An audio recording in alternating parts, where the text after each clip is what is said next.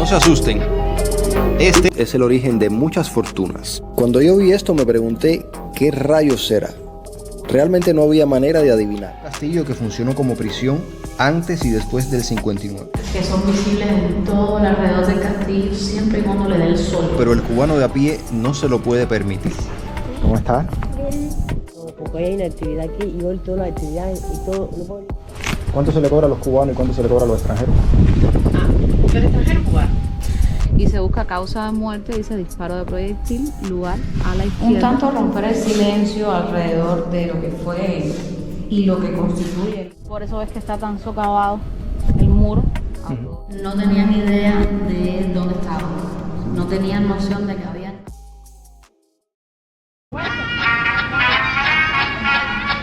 No se asusten, este es el taxi de hoy, la moto.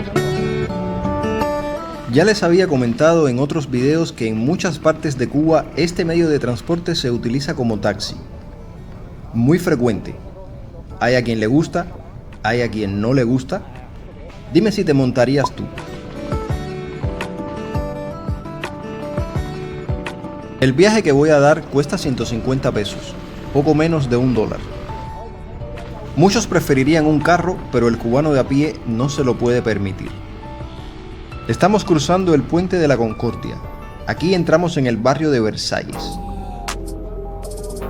Matanzas a toda velocidad. El camino por recorrer no es corto. Como vieron en el título del video, hoy vamos a visitar un castillo que funcionó como prisión antes y después del 59. Un lugar que tiene una historia asombrosa, por lo que fue y por lo que es ahora. El castillo de San Severino. No sé cuánto pueda costar la entrada, pero vamos a averiguar. ¿Ya puedo pagar? ¿Puedo pagarle ya? La muchacha no va a pagar.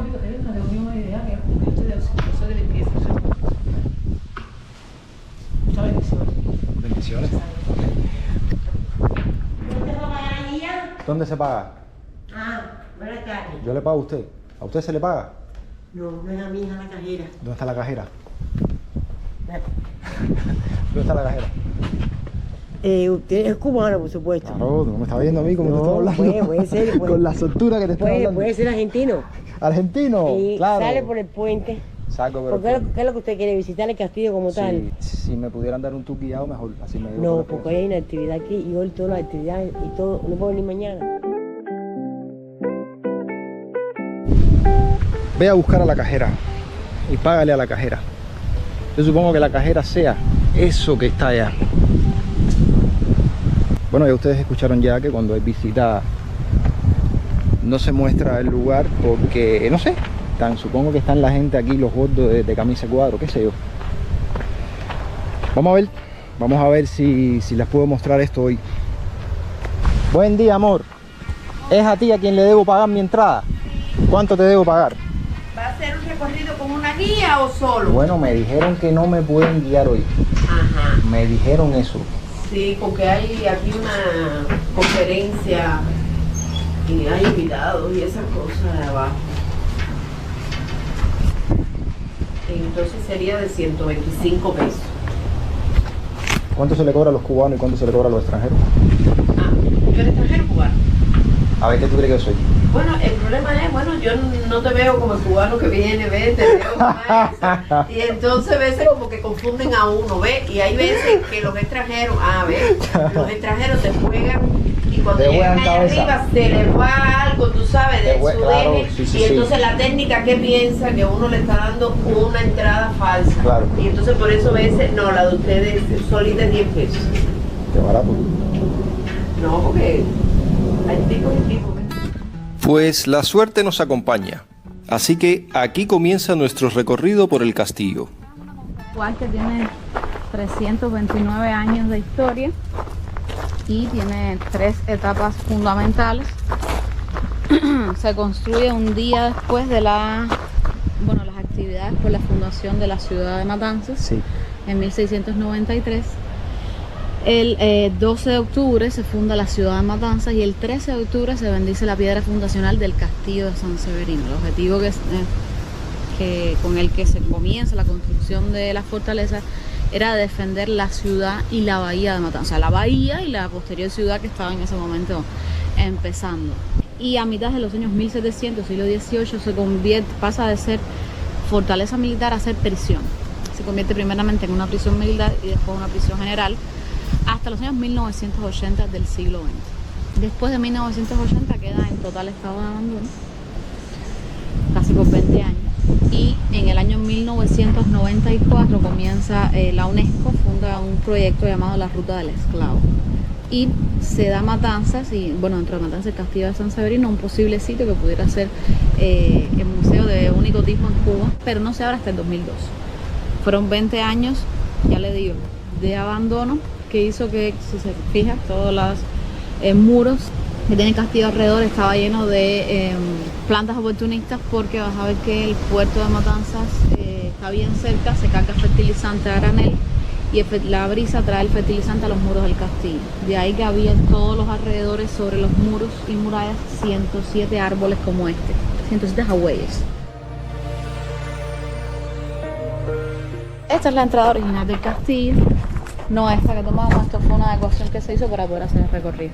Pero esta es la entrada original, que actualmente no se usa porque, aunque el área pertenece al castillo legalmente, pero hasta el momento, y pensamos que dentro de poco ya no sea así, pertenece a la aduana también. Por este camino que estamos cruzando ahora, los soldados del castillo se podían mover sin ser vistos desde el mar. Y bueno, por lo que me estuviste explicando, en ese tiempo del 59 para acá se usó como prisión, ¿no? Del siglo XIX, Del siglo XVIII. Años 1700 hasta 1980. Casi 2 siglos fue prisión. Ya. Quiere decir que se usó como prisión incluso cuando Batista, incluso después. Sí, se usó como prisión en Colonia, República y bueno, Revolución. También. En cada una de las esquinas del cuadrilátero tenía 2 vigías, que son esa que ves ahí, con el objetivo de avistar, bueno, cualquier ataque enemigo, sea fuese por mar o fuese por tierra. Claro, en esa época el agua llegaba hasta el muro del castillo, cosa que no sucede ahora porque en el año 1910 comenzó a construirse toda la aduana de Matanzas y entonces, bueno, se cegaron casi, no son pero 100 metros de mar, y por eso no es que el agua llegue hasta aquí. Tampoco el agua nunca entró porque por las características de relieve eran fosos secos. Y a la izquierda nos encontramos con el paredón de fusilamiento, algo bien triste de la historia de la fortaleza. Por eso es que está tan socavado el muro a todo lo largo. En toda esa época de abandono crecieron plantas en todos los muros, y cuando comienza todo ese proceso de exfoliación de los muros, que se empieza a caer las plantas, las raíces, caían también las balas no, los cartuchos. Sí. Entonces, igual en tierra, en el interior de los muros, también personas importantes que estuvieron presos en San Severino, cuando se van a los muros, a los libros del cementerio de San Carlos de Matanzas, y se busca causa de muerte, dice disparo de proyectil, lugar a la izquierda del castillo de San Severino. Era aquí donde se colocaban los soldados para defender la fortaleza y los alrededores de los ataques. Y sí, estamos caminando sobre un suelo que tiene más de 300 años de historia.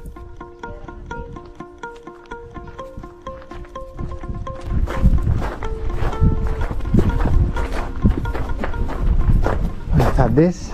¿Cómo estás? Esta es una sala de presentación que era el cuerpo de guardia de la soldadesca del castillo, y aquí hay una pequeña explicación de todo el sistema defensivo hispano en el Caribe, o sea, todas aquellas fortalezas que construye España con fines defensivos, las fortalezas en La Habana y San Severino en Matanzas, y el Morro en Santiago, y el resto de las fortalezas hispanas en el Caribe. Marcas de cantería que son visibles en todo el alrededor del castillo, siempre y cuando le dé el sol. Es cuando es más visible, ¿no? Si no le da el sol la ves igual, pero Claro. es más visible con el sol. Son marcas hechas por la mano de obra que construyó este castillo. La mano de obra era un poco jodedora en esa época. Había de todo tipo, pero no responde a un tipo de letra ni de número, no, son solo imágenes.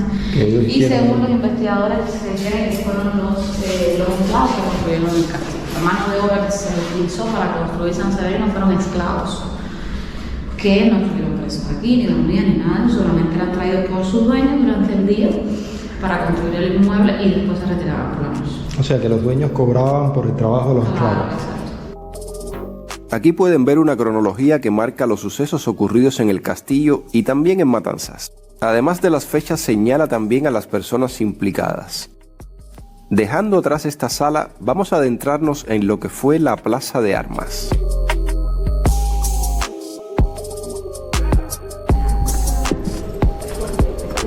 Buenas tardes. La Plaza de Armas ha cambiado muchísimo. Ahora es un jardín contemporáneo. Lo que está teniendo lugar allá es una conferencia sobre fortificaciones y demás. El castillo no es así, con ese resanado y el fino pintado. Esa no es la originalidad del castillo, pero se hace para conservarlo.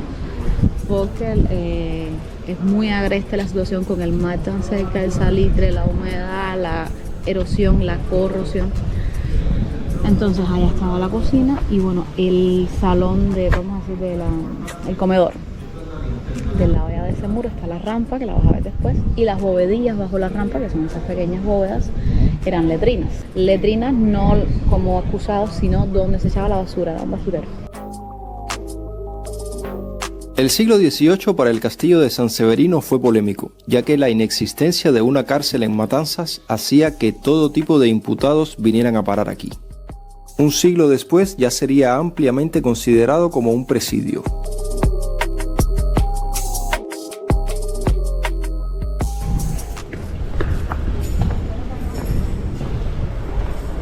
Y bueno, actualmente lo que tenemos acá es una galería con una exposición fotográfica sobre la isla de Ore. La isla de Ore es una isla que pertenece a Senegal, actualmente pertenece a Senegal y bueno, desde esa época.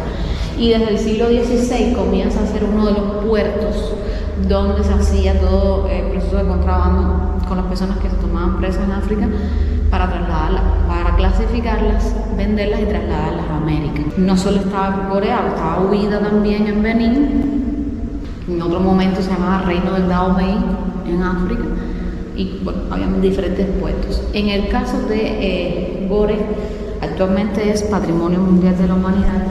Tenía su casa de esclavos. Si los esclavos se enfermaban en los barcos, los tiraban de la boca fuera. En ese momento, exacto, se estaba sobrepeso el barco, la mirada. Una característica de los cimarrones en Cuba, que se llaman cimarrones, las personas que escapaban, o los esclavos que escapaban fugitivos, era que siempre seguían el sol, con la idea de regreso, porque es lo que sé que en África se orientaban por el norte, seguían el sol para volver a sus aldeas, a sus tribus. No tenían idea de dónde estaban, no tenían noción de que habían atravesado el Atlántico y que estaban del otro lado del mundo, porque habían pasado muchas semanas dentro del barco, entonces no sabían dónde estaban.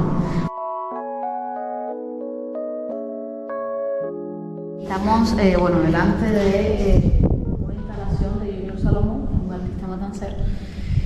Es una instalación de la isla de Cuba, representa la isla de Cuba en carbón y tierra. Bueno, precisamente representa todo ese mestizaje cultural heredado de esa herencia hispana y africana.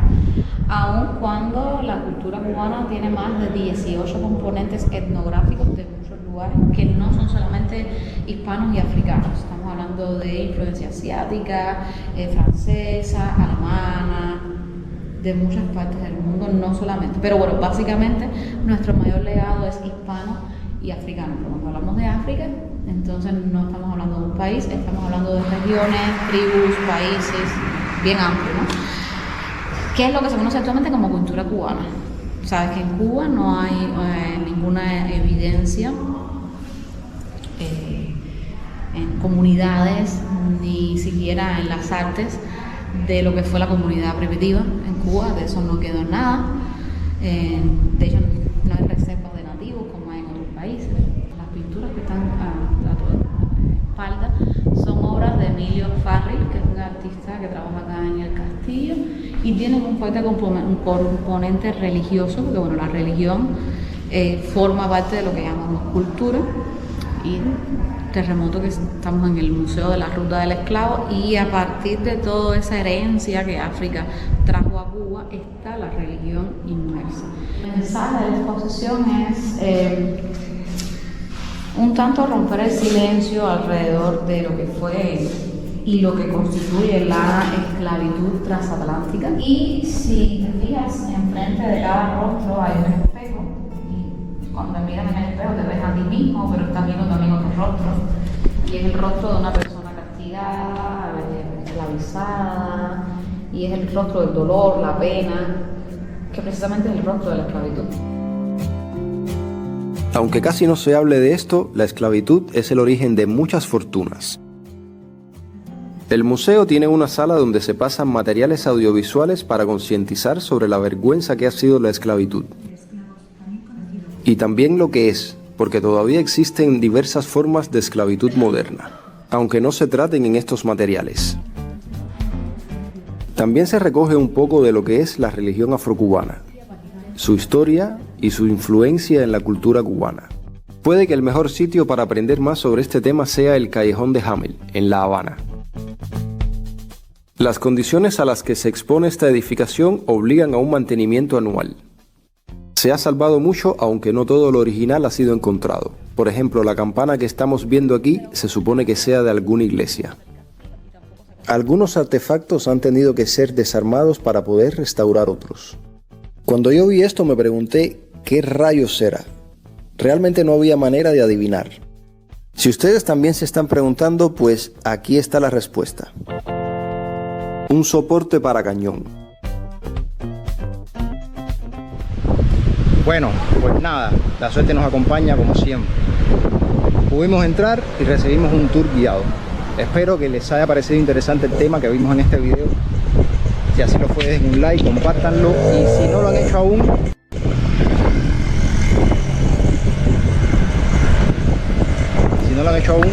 suscríbanse para que nuestro canal y nuestra familia continúe creciendo. Nos vemos en un próximo video.